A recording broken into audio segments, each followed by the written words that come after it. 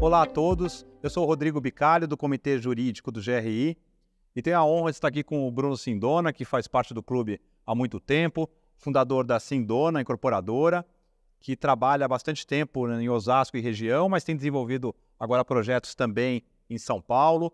O Bruno foi laureado pelo Prêmio da Folha de São Paulo, né, de Empreendedor Social do Ano, e está aqui para compartilhar algumas das suas ideias diferentes.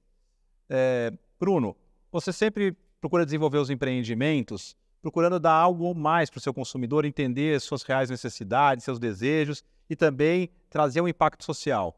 Como é que é essa filosofia de trabalho? Ricardo, é muito simples, né? Não tem que ir muito longe. Primeiro, eu estou honrado, acho que estar aqui com você é um prazer, ter vindo falar, inclusive, com você, me deixa muito feliz ter lembrado do meu nome, e isso já me deixa honrado. Mas eu acho que, conectando você ao meu trabalho, eu acho que o que conecta a gente é muito simples. Se importar com as pessoas. A gente se conhece já há alguns anos e a gente percebe no tratar como as pessoas lidam umas com as outras. Eu acho que o grande diferencial da minha empresa, da Sindona, é justamente isso. É a gente se importar. Todo o resto vem depois. Quando a gente se importa em levar um bom produto, quando a gente se importa em levar transformação, que é a bandeira que eu sou um grande defensor, que o desenvolvimento imobiliário pode ser um vetor de desenvolvimento humano em todos os aspectos, não só no econômico que eu faço, mas no desenvolvimento das cidades, desenvolvimento do IDH das cidades, da segurança pública. Né? Cada rua que é bem urbanizada é uma rua mais segura. E isso tem um impacto que reverbera na cidade inteira. Então, quando a gente olha para o desenvolvimento que a gente faz lá em casa, tentando olhar com um olhar de mãe para um produto. Alguém vai viver ali, uma família vai viver ali. Talvez uma criança, talvez um idoso, a gente não sabe. Hoje a gente tem os mais diversos tipos de família. Mas é tentar olhar para o projeto e falar assim, como a gente pode levar, de fato, desenvolvimento, autoestima. Autoestima é um fator muito relevante no desenvolvimento de uma pessoa, que é o que a gente busca combater nas periferias. A periferia tem um déficit de autoestima menor. É verdade. Então, a partir do momento que você mora numa casa bonita, que é intangível, né? É difícil mensurar o impacto que isso tem na vida das famílias. Mas isso gera em você uma autoestima. Qual o impacto que tem que você poder chamar o seu chefe para um churrasquinho na sua casa? É intangível. Mas isso pode ser um vetor de desenvolvimento profissional. A gente sabe o quanto o networking é importante para o desenvolvimento. Então, o que a gente faz lá é muito simples. A gente vende para o nosso cliente, a gente busca fazer para o nosso cliente o que a gente busca dentro da nossa vida mesmo. As pessoas são iguais. Talvez com um cheque maior, talvez com um cheque menor, talvez um apartamento maior, talvez um apartamento menor. E dentro dessa filosofia, a gente vai tentando enquadrar o que é economicamente viável, o que o mercado permite.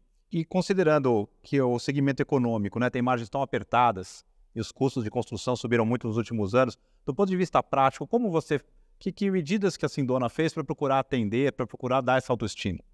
O cenário é bem desconfortável, né? A gente sabe que a renda não acompanhou o crescimento da inflação, né? Então, mesmo que a gente suba os preços dos imóveis, a gente não vai conseguir fazer a comercialização. A gente conseguiu superar esses momentos com verticalização. Então, a gente foi apropriando margens que, em regra, a gente não precisaria apropriar, né? Desde a construção, alguns tipos de serviços. Então, a gente internalizou muito serviço e conseguimos, com essa apropriação de margens, manter a operação crescendo nesse período. Mas a gente acredita que o curto e médio prazo já tende a apresentar uma melhora para a gente conseguir voltar, pelo menos, a praticar margens que a gente praticava no passado. Hoje as nossas margens estão menores do que a gente teve, apesar dos produtos já apresentarem uma melhora na liquidez. A gente teve uma dificuldade de liquidez também nos últimos períodos, agora já melhora. E com essa verticalização a gente consegue fazer coisas de maneiras mais simples. Não? Quer dizer, vamos inovar ali num portão que seja. A gente consegue inovar num portão porque a serralheria é nossa. Então, talvez se eu fosse orçar com as empresas de serralheria que estão concorrendo, participando de concorrências de empresas de médio, alto, altíssimo, talvez não fosse competitivo para eles entregar esse meu portão inovador. Que é um caso concreto. A gente tem um portão, um empreendimento nosso, que ele expande à medida que o cliente precisa. Quer dizer, quando ele precisa aumentar a área de churrasco, que é a área de serviço dele com churrasqueira, ele expande esse portão para cima da vaga. Então ele ganha uma área de lazer onde seria vaga e nesse momento ele põe o carro na rua, um empreendimento de casa. Esse portão a gente orçou ele, o concorrência, o mais barato que a gente conseguiu foi R$10.500, caso prático. A gente conseguiu produzir por R$3.500.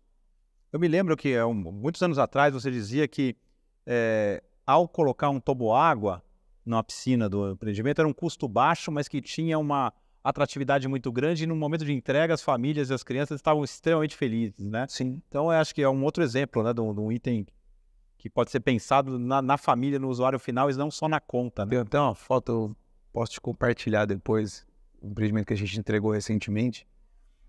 Uma foto, um cliente mandou para um gestor meu lá, fila no toboágua do final de semana.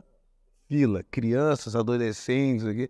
Com esse calor. Porque esse calor eles esperando para poder descer no toboágua. O toboágua tem um custo de R$40, R$50.000. Né? Não é um parque aquático, é um toboágua. Dentro de um projeto que tem 30 milhões de orçamento de obra. Quer dizer, então não é proporcional o custo, o impacto que aquele toboágua gera ao custo do meu empreendimento. Então é nesses detalhes que a gente tenta fazer a diferença e realmente tem feito. E como engajar a equipe? Como selecionar e manter uma equipe que não adianta só você ter esse pensamento, né? Você tem que fazer com que as outras pessoas, aos poucos, também procurem fazer essa diferença dentro da Sindona, né? Como é que é esse processo de transbordamento, assim, dessa visão criativa e essa ideia de se importar com o cliente, com o funcionário, para os demais integrantes da equipe?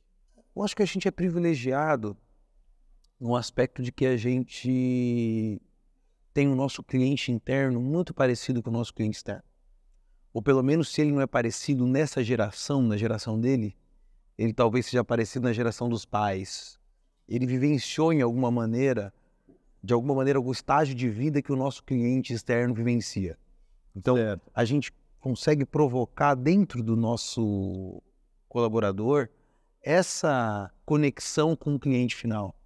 E a gente tem programa, por exemplo, para peões de obra comprar apartamento. Tem eletricista, encanador que compra apartamentos com a gente. Como é que funciona isso? É um incentivo? É um incentivo, a gente facilita no período. O que eu noto? Né? O mais difícil para o brasileiro adquirir um imóvel, por mais que ele seja economicamente ativo, que ele tenha renda, o período da obra, primeiro que ele não consegue comprar pronto porque tem dificuldades de financiamento e poupança, que é uma realidade que não muda no Brasil.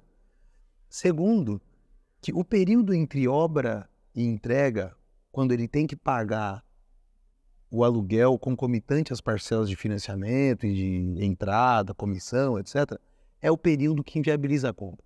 Então a gente busca facilitar esse processo para o nosso colaborador, para que nesse período a gente faz um plano lá, junto com férias, com 13º salário e tudo mais, para que ele consiga se organizar, né? Também tem isso. Né? Se organizar, alongar e tem um bônus também, então a gente tem uma série de descontos que a gente aplica para ele. Mas note que o mais difícil para nós, dentro desse trabalho, que eu sinceramente esperava que tivesse funcionado mais, né, para o maior número de pessoas, é a autoestima. Esse é o maior complicador. O nosso peão de obra, por exemplo, ele não se sente merecedor de morar num espaço como esse. Fazer essa transição, às vezes ele tem 2, 3 casinhas de aluguel que ele fez lá na comunidade que ele mora, tem até uma renda paralela. Mas ele se imaginar ali, tem um caso emblemático de um funcionário que comprou o nosso empreendimento, ele comprou, o apartamento dele ficou fechado, ele não conseguiu se mudar. Não conseguiu. Não teve Cristo que fizesse ele se mudar. Ele alugou o apartamento dele, mas ele não se mudou.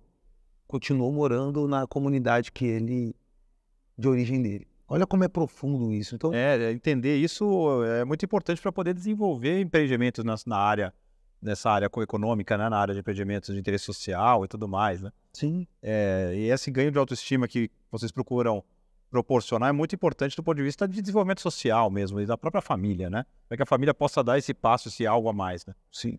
E eu acho que é temerário a gente, como mercado, ter tantos engenheiros e advogados dentro de uma companhia e não ter, talvez, uma consulta sociológica. Porque o que a gente faz, de fato, é interferir direto na sociedade onde a gente está inserido, é interferir direto na vida das famílias, é impactar bairros, e talvez falte para nós como mercado, essa consciência de falar, a gente precisa entender qual é a função do desenvolvedor imobiliário dentro da sociedade. Porque, no final, todos os espaços onde a sociedade se manifesta, vive, convive, se desenvolve, são criados por algum tipo de empreendedor.